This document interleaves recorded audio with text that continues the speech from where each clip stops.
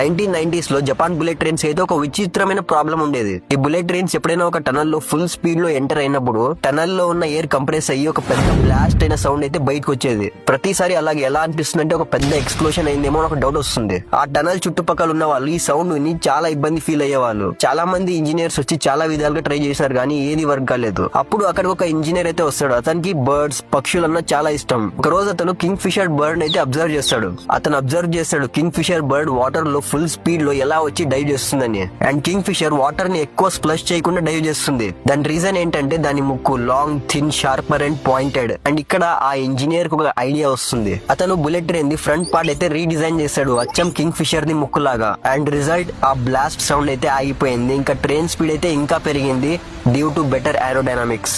మనం చాలా solutions science లో వెతుకుతాం కానీ కొన్ని సొల్యూషన్స్ ఆల్రెడీ నేచర్ మనకి చూపించేస్తుంటుంది. అండ్ ఏదైనా కొత్తగా తెలుసుకున్నారంటే నా పేజ్ అయితే ఫాలో చేసుకోండి.